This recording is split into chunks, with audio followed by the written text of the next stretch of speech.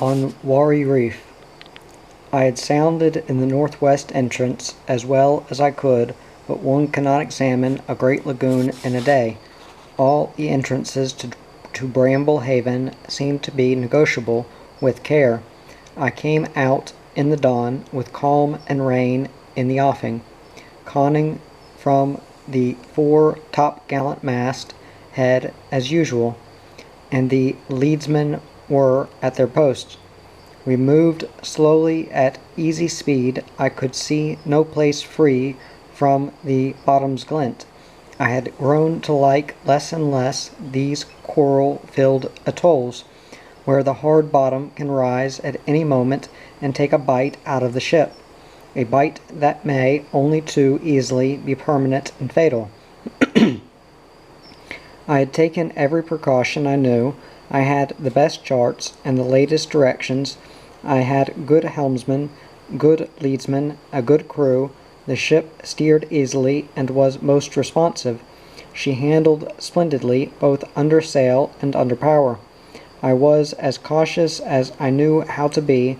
I had made soundings previously from the dinghy. If I had had a good motorboat, I would have sent it ahead, sounding the way, but we had no motorboat and could not spare a crew for the lifeboat. Sounding in the dinghy was painfully slow. Kedging out, too, was not without drawbacks. The channels are narrow, and an unmanageable ship can easily be caught in a set and swung across them. What then? It does not help her much to have a kedge out somewhere ahead. In the sets and tidal streams which vessels encounter in these waters, the idea of using her own boats to tow a full-rigged ship is scarcely feasible. I tried this later on and paid for it heavily. In the meantime, we passed in safety from Bramble Haven, and I was greatly relieved when the last of the sea floor dropped from view. A good breeze came then from the southeast, and we were able to shut off the engine and to sail. It was fair wind. The visibility was excellent. I kept double lookout from aloft and stayed there myself. There were no soundings now, but the leadsmen were ready. We passed through tide rips, over falls, and large masses of driftwood, and saw the conflict islands, the Cosman's Long Reef. By bearings from these places, and by a series of observations, I tried to find a line of clear passage and to stay on it. But it seemed to me that the conflict islands had been charted by a man who passed by one day and made but the most cursory of examinations. I could not make the actual appearance of the islands correspond with the representation on the chart. But as far as could be seen, the water was clear all round, clear of all obstructions.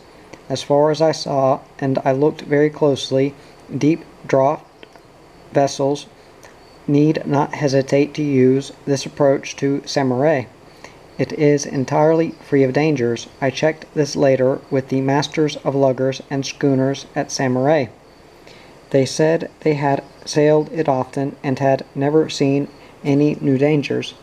Later in the day, with a good fresh wind, I could see the curiously shaped Siga Rock, and later Bell Rock, Ricka Ricka, and the islands of the Engineer group. This gave me a better opportunity for fixing the position of my vessel by a series of bearings crossed with position lines, the only way to pilot in those waters. I was hurrying on to reach anchorage, not meaning to stand onwards to Samaray by night, not meaning at all to be caught in those waters after nightfall. But the sun clouded over, the visibility became indifferent,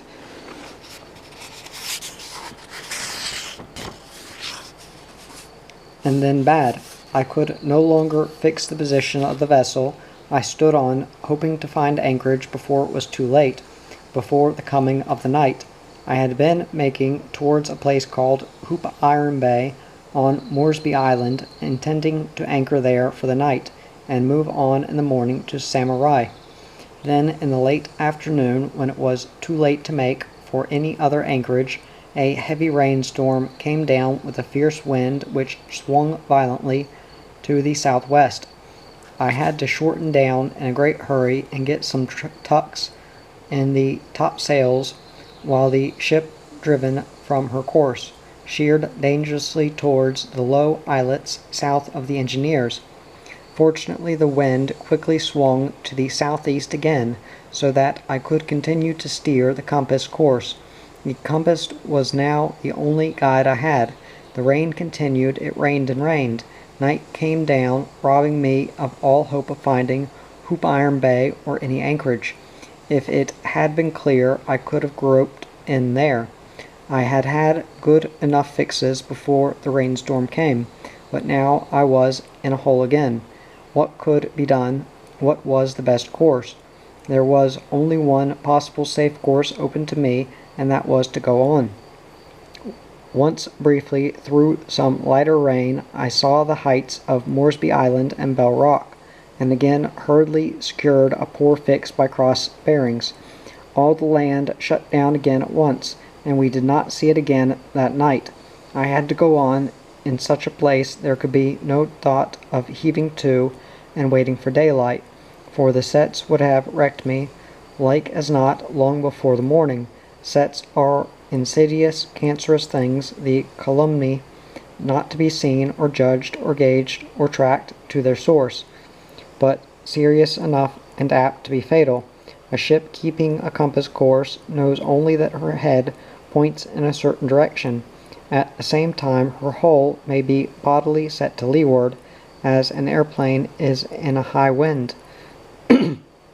But she does not know it if there is no bearing to check her course. The compass course will remain the same.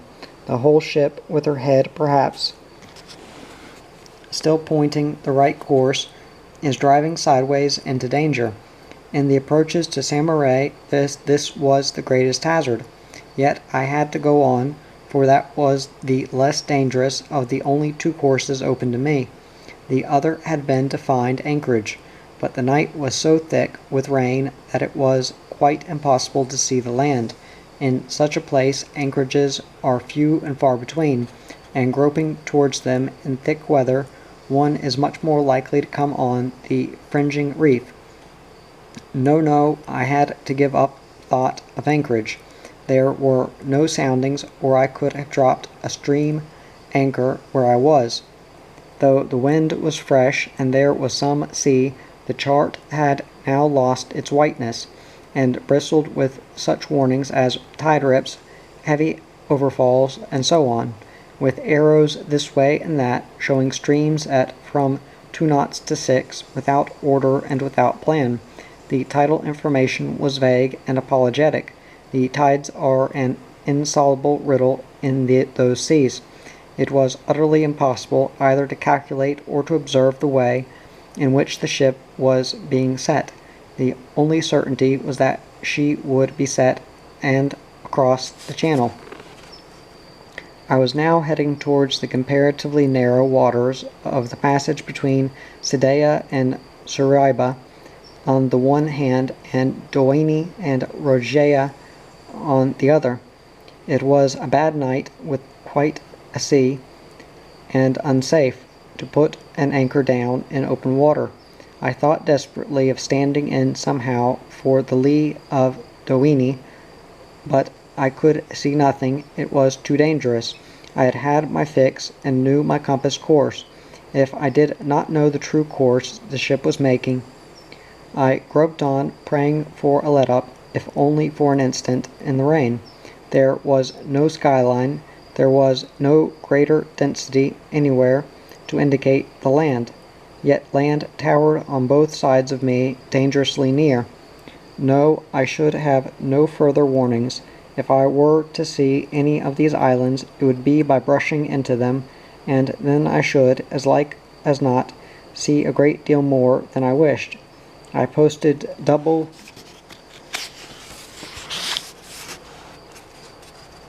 lookouts, myself conning from the jib-boom, and though there was nothing to con by, and stood onwards under easy canvas. We had soundings now, for the deep sea lead and this was some help, though not much. Nothing of Samurai could be seen, though we must have been close. There were no navigation lights. The light on the entrance to China Strait did not show in that passage. There was no moon. The rain did not let up. There was no clearing. I stood on anxiously. I could only keep an accurate compass course from the late afternoon's last fix, and hoped to see something before I struck it. A little before midnight it cleared for a moment, and I saw a light right ahead, a weak light, as if it were the reflection of a street light on wet coconut treetops. I saw now some more lights, a few windows shining dimly. Samurai. It was not more than 300 yards away. I swung up quickly, now for anchorage, in a sheltered place between Samurai and Suriba. The leadsman had bottom at 21 fathoms, down sail, let go. The cable roared, the night cleared, and the air was still. The one shore light, it must have been a street light on the hill, was extinguished. It was midnight. It had been nerve-wracking coming up that channel. I never expected to see Samurai by night. Piloting round there was bad enough by day, but there we were. In the morning I saw that the fringing reef of Samurai was perhaps 100 yards away. An official was on board, with a bill for light dues. His comrade brought the usual voluminous forms, and I bent once more to the task of compiling an inventory with the origins and values of all things on board. We had made it all right. Ashore I heard people saying that the captain of the sailing ship had come in drunk, for how else would he who did not know those waters sail the east channel to Samurai in a rain-filled night? They did not know, I listened. Drunk, good Lord. So calumny begins, I suppose, but it was a new experience for me. Perhaps the good folk at Samurai have not enough to occupy their minds. I did not care much for Samurai. It is a small island used only as a center for exploitation and administration, and devoid of interest. It is populated by whites living largely upon imported foods from Sydney, doubtless paid for by the proceeds upon exploitation. There are 5 stores and 2 hotels, and one can walk round the island in 20 minutes. From the small jetty, interesting craft depart, with missionaries and traders and plantation managers, for Malign Bay, the Trobriands, the d'Entrecasteaux group, and other surrounding islands. But for the most part the residents of Samurai seem to regard the best view of Papau as the jetty of their own small island, seen from the stern of a Sydney-bound liner. Miners of gold men use the island as a base for operations in Mizima and Sudest. I quickly discovered that Sudest had been well calmed already, and many claims were already held. No one had so much as heard of our expert, who in Collins Street had not known so much. I had long ago reluctantly come to the opinion that this gentleman was as good a prospector as he was a master mariner. Well, he had had a good trip. It appeared that he had had enough of it, and he and the other members of the expedition decided that after all, since it was easy enough to hire a lugger for the trip to Sudest from Samurai, they would go that way. They did. So ended the quest for gold, a quest in which I had never believed very much. I had been sailing 2 months, and was now stuck here far down to leeward in the Coral Sea, to beat out again, and that would be too hard. But the gold voyage, ludicrous as it was, had got me out of Melbourne and that mattered. I wasted no time at Samaray. I took in water and such things as the ship needed and departed. I did not attempt to repair the rigging there, as this meant at least 2 weeks hard work. We had had northwest and wind outside, and I hoped something of that wind might still be left to blow me to the eastward. The wind had been mostly from the north while we were anchored off Samaray in China Strait. I did not wish to be caught in that awkward corner when the southeast season came in strong. I knew that the passage out of the Coral Sea would be much more difficult than the run through it. I now planned to make towards Tahiti or for Rapa, there to overhaul and repair the rigging thoroughly for the run home round the Horn. The carpenter had already begun to shape a new topgallant mast from a spar I had bought in Melbourne. I bought 2 spars there, former derricks from the steamer Bula. They were both very handy before the end of the voyage.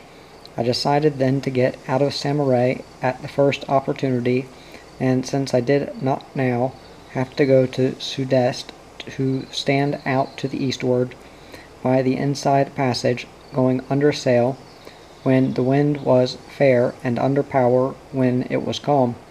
It was most calm at that time of the year.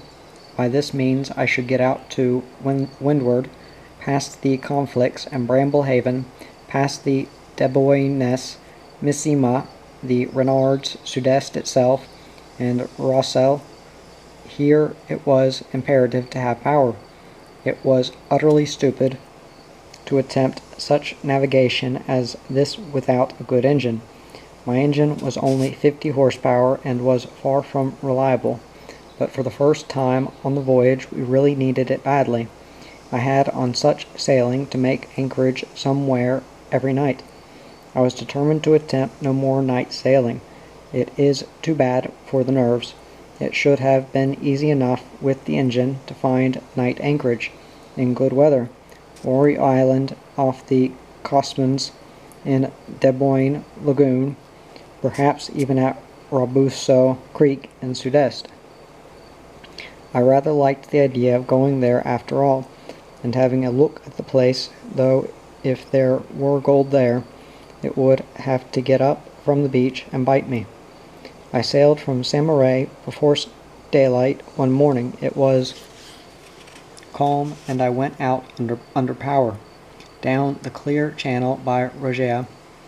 Punctually at 2 bells in the morning, watched the engine broke down utterly. What exactly was wrong with it, beyond the fact that it was hopelessly worn out, I do not know, but I believe the main bearings had fallen off or something equally vital. At any rate, there was now no engine. It looked indeed as if there never would be an engine again. Well, it was bad. For the first time the thing was desperately important. We were still a full-rigged ship, of course, but the outlook was not good. The only way that I could possibly get to Tahiti was to stand to the eastward as much as I could and then get out to the Coral Sea, and after that to run eastwards between 35 and 40 degrees, with the first of the autumn's west winds, to gain my longitude, more than 3,000 miles of it, and then to stand up towards Tahiti, in what I could find of the southeast trade on that side of the Pacific, if I could not get away from that awkward corner of the northwest of the Coral Sea, where I was then stuck.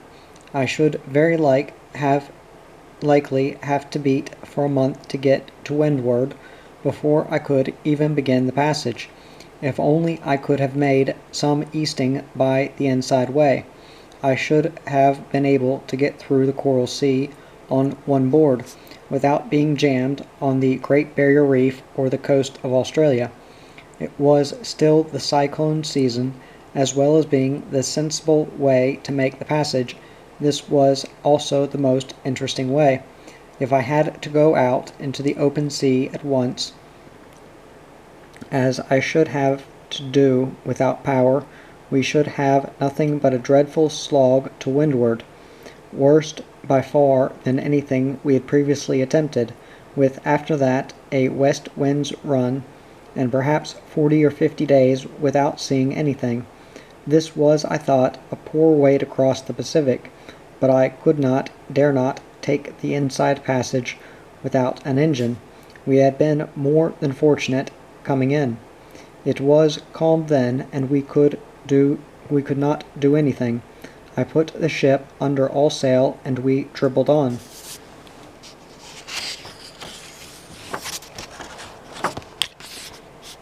To make matters worse, the second mate, who was the engineer and a very good one, had had his right ankle badly infected from a coral scratch at Bramble Haven, and was now laid up in a bad way with blood poisoning.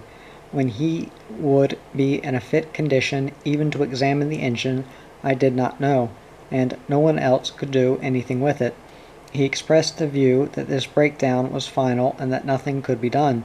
It seemed as if the only thing was to make for the open sea. With the calm and the sets, however, I could not make towards anywhere. By nightfall we had drifted close to Bell Rock, and I fetched up there for the night, lying to a bower on the Shellard Ridge. This was an open place of no use in a blow. I hoped it would blow, but from somewhere northward. Then at least I could go out to sea.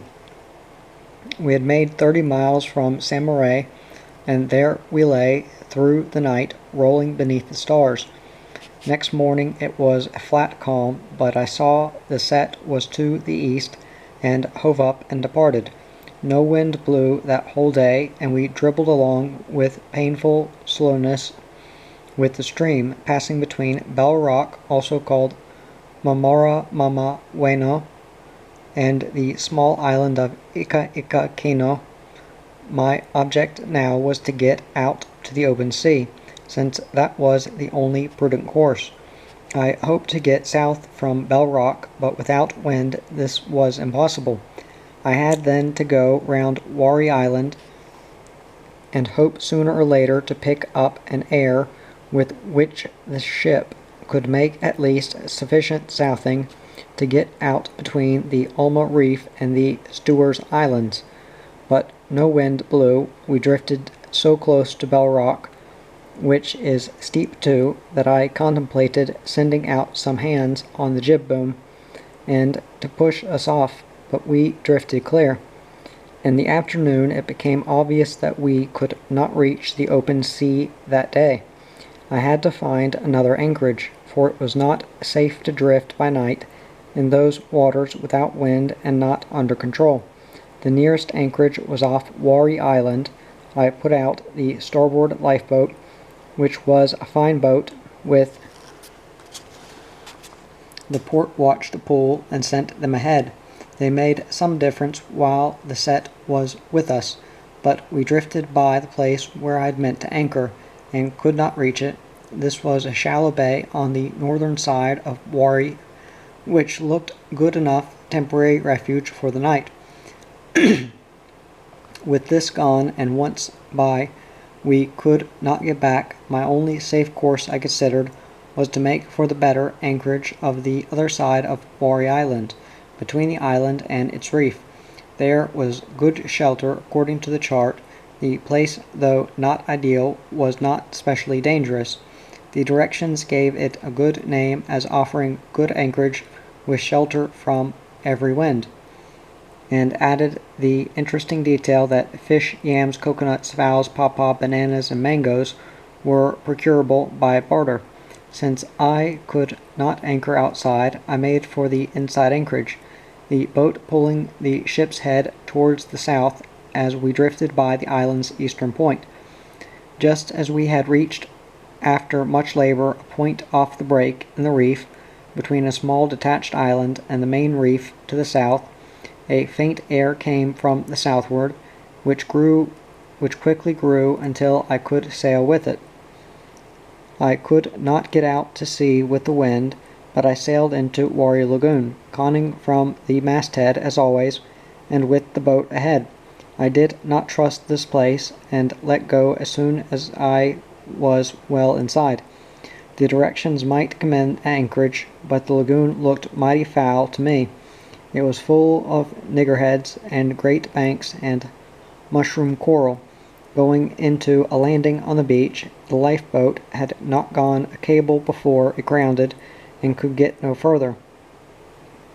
Even the dinghy took a reef a few hundred yards from the ship, and the whole of the lagoon towards the western end was foul beyond description.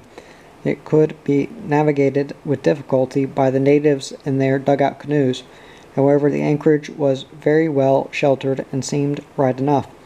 We had sailed in without difficulty, but I was already anxious to be gone from such a place. From Warri we had not far to go to the open sea. I sounded round with the dinghy and examined the passage by which we had come. There was not much room, and now that we were in, we should need a fair wind to get out again. I landed on the island and walked along the volcanic sand of the narrow beach to the villages at the western end. Here oranges were growing, and there were grass houses in some disrepair. The natives, grass-skirted and pleasant, were broiling fish over open fires, or making mats and baskets from the fibers of palms and leaves. Model sailing cutters were lying about. Sailing is the native sport, and dogs barked. On the raised reed floors of the grass houses were tin pannikins, hurricane lamps, mirrors, and other evidence of the advance of man. Young males were scarce, probably having been recruited. I bought oranges and lemons and some fowls in exchange for stick tobacco. The next day was flat calm, stifling, and I could not get out, so I could not go to sea. I gave the watches shore leave to visit the island, port watch in the morning, and starboard in the afternoon. They went ashore to walk and swim, and to barter old shirts and things for curios.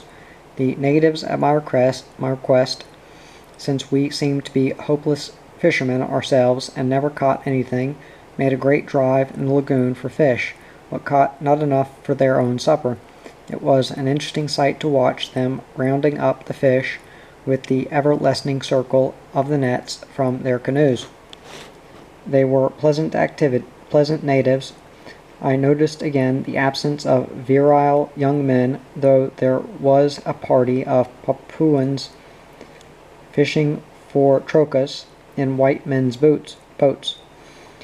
These gentlemen spent most of the day asleep in their boats in the shade of our bows, but they woke up in the evening. Most of the male inhabitants of Warri appeared to be retired commercial gentlemen, grown old in the service of the whites, and come back here to their native place, to end their days.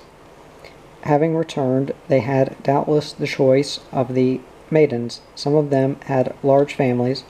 Many of the children were attractive to look at and extremely intelligent. There was a native mission teacher absent at the moment who had a better grass house than the rest. There was also a native constable to keep order, a benign and elderly gentleman who hastened to put on his shirt of office at our approach. He did not seem overworked. There was a councillor, too, who had served in government launches in his younger days. To what council he belonged I was unable to discover, possibly that for the rural development and uplift of the Louisade Islands, but he was a very charming fellow. The natives I saw were good gardeners and great fishermen. Each man had his own canoe, and there were also some ancient cutters lying on the beach. There were pigs in palm trunk stills, and some of them had been blinded. There was a good path between the villages, and the place was clean and tidy. After sunset, there was singing on the beach by the lagoon, where the natives sang melodiously, happily seated on the sand in their grass skirts. Above, the huge coconuts quietly fanned their fronds in the faint evening breeze. At the natives' feet, the waters of the still lagoon washed gently. The girls and women sang, the men stood watching. After a while, they turned to the simpler kind of missionary hymns, which a leader with a hurricane lamp read from a book in their language. The singing was good, and the evening quiet, and very pleasant. It was agreeable to sit there on the sand and contemplate this gentle scene. The next morning I came near to losing the ship. The day was a Friday, but in the early morning there was a chance to go, and I took it.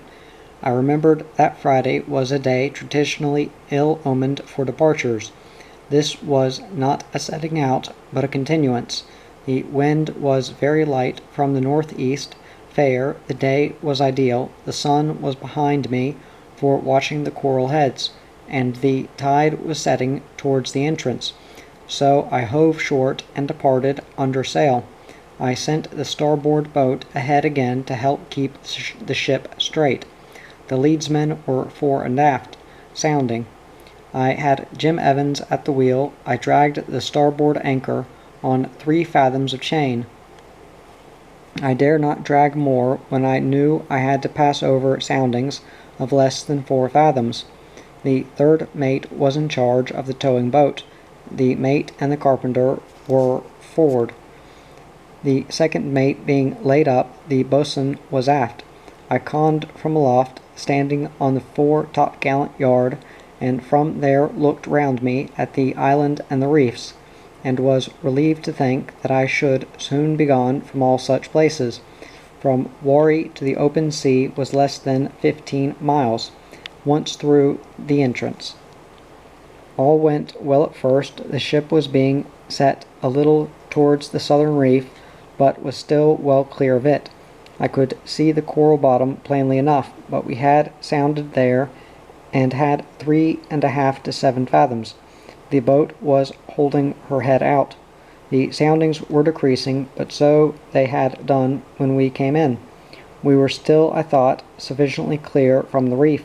The dragging bower touched nothing. Ahead of us, the way seemed at least as clear as the path astern through which we had come. As we came to the last few yards from the entrance, she sheered towards the reef. I shouted to the helmsman to keep her up, but he answered that she was not steering. The boat, pulling manfully on the weather bow, had no control over the ship in the strong set outside. I now saw was across the entrance, directly across at 4 knots. It was the effect of this already being felt that gave the ship a sheer towards the inside of the reef. Only a few yards more to go. Then the anchor touched very lightly, and we slid up on the ground.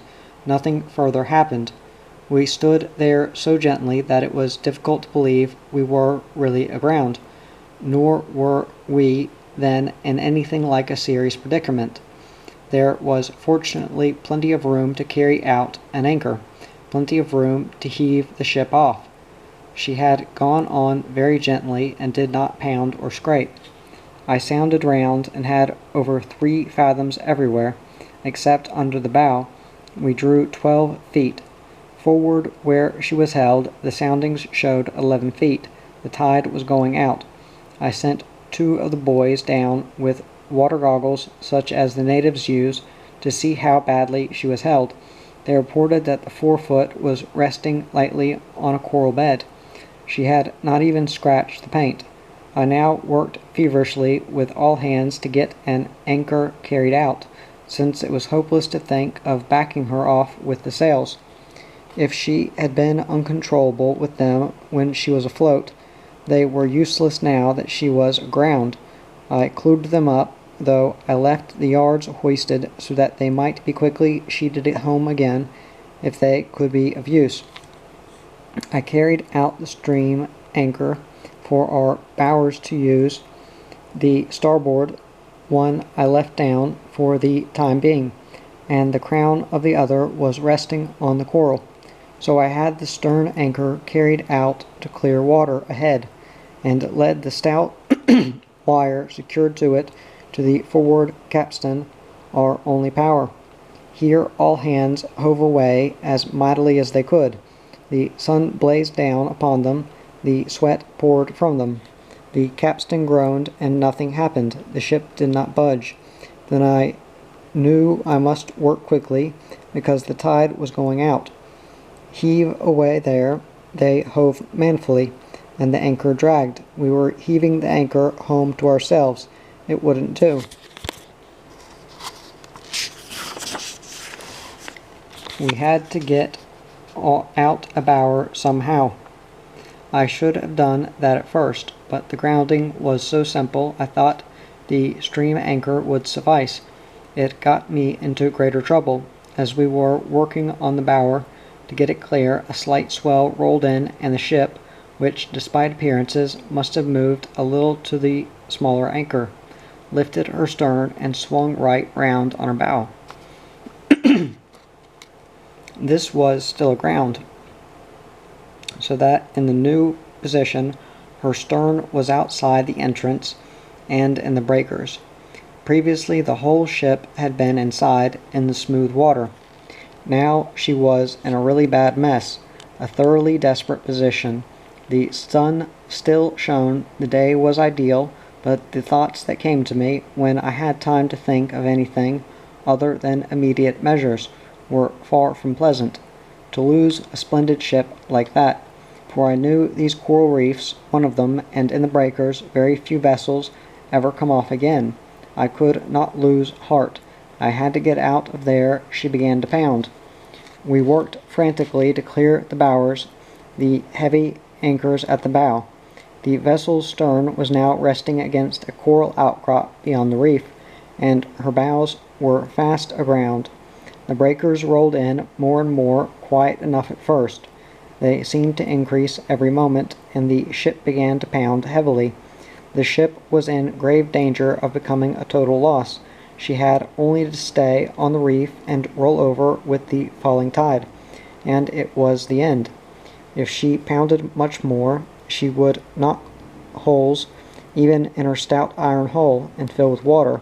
The rigging would come down. If she capsized, the glass ports along her sides would soon be broken in. No, the possibilities were too terrible to contemplate. I looked aloft and saw the fore and main topgallant masts, both already weakened, swaying ominously with her poundings. If one came down, both would, and God knows what besides. All hands worked furiously to get the bower unshackled and carried out. It was the only chance. The shackle was recalcitrant, but we got it clear. The Herculean carpenter and the mate and the ring lashed to a spar across both lifeboats. But the anchor was aground. We could not lift it, and the boats could not move. There was so little water that the flukes of the anchor touched the coral while the ring was in the boats. What should we do? That is forever the question in these emergencies.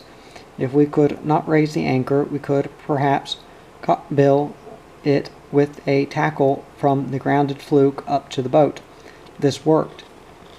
With the end of a new coil of strong wire fast to the ring, and a third of the coil hastily stowed across the boats, the lifeboats were now able very slowly to set off with a crew of stout rowers on each offside, the anchor cockbilled and fast to its spar between them. How slowly they rowed, but it was heavy work. I had led the wire over the port quarter. Since we should have to go off stern first, the boats pulled towards the deep water in the entrance to drop the bower there, and heave the ship out to it if she would come. If she would come, it seemed as if her bottom would be hopelessly pounded in before ever they could get the bower down. The wire paid out from on board fouled coral outcrops in the lagoon. I kept 3 boys who were good swimmers stripped naked to dive down and clear it each time it jammed. The jagged coral tore their hands, and there were sharks and stingrays in the lagoon, but they cleared the wire. Every one worked splendidly that grim, hot morning. With the wire cleared, the boats could go ahead a little better. We paid out from on board first, and when this was become too heavy and they could not row, they paid back their wire. The farther they went, the heavier the wire became. They made progress with the greatest difficulty. Still the ship pounded and pounded, but they had to go on. If they dropped the bower too close, we were no better off. Row, boys, row. They rowed as they had never rowed before. All hands, able seamen, sailmaker, cook, cadet, all the rigging shook now with our pounding. I sent down one of the swimmers aft to see if she were taking much damage there, but he came up in a moment and said her keel was taking the blows, and by God she was breaking the rock. Good ship, but it could not go on. I got to thinking of the immediate problems of food and transport if I lost her there. These would be great. I had 28 human beings in my care, but there was little time for thinking. The boats had gone as far as they could.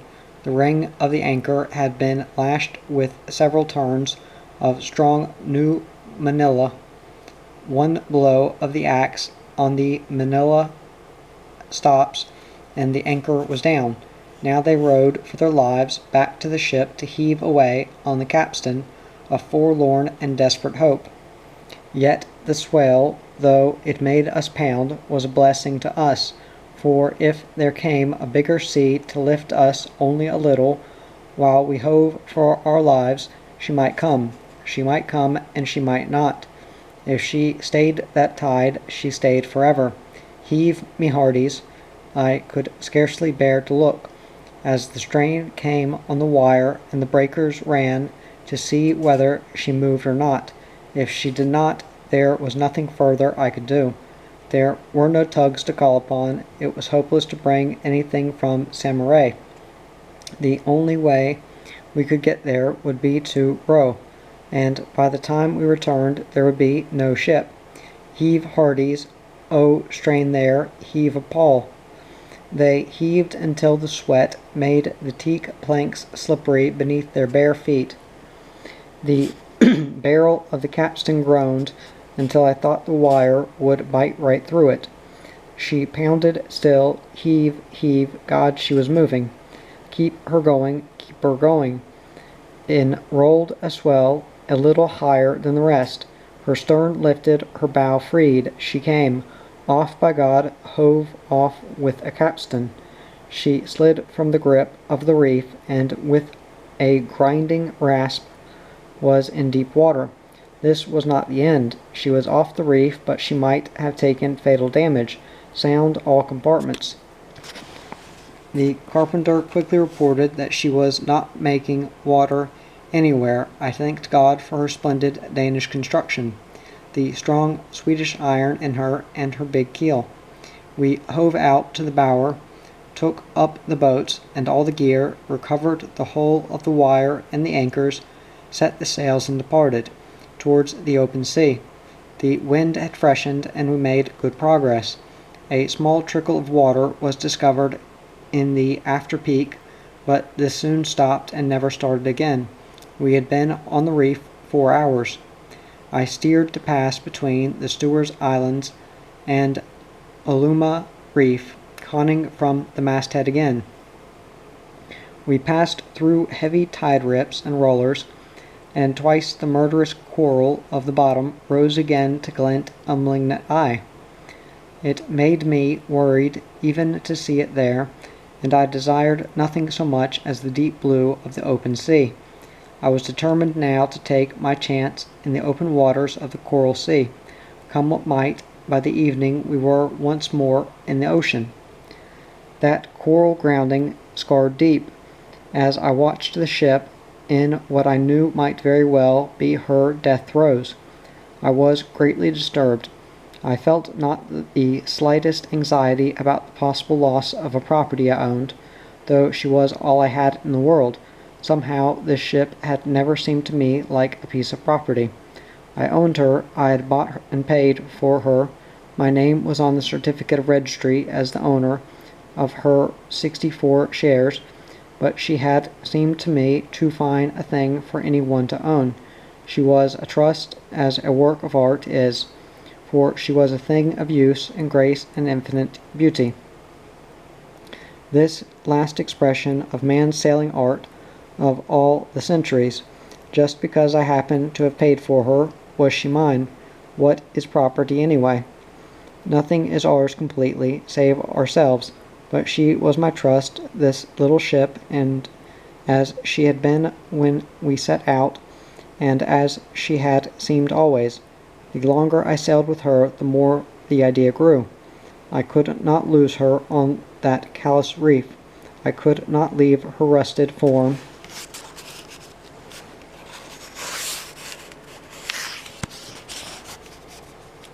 to break there and to die. If she must go, it should be at sea, where she belonged. I had been doing my best to get her clear from that lagoon. I was doing my best, but she went on the reef, and only by the grace of God we saved her.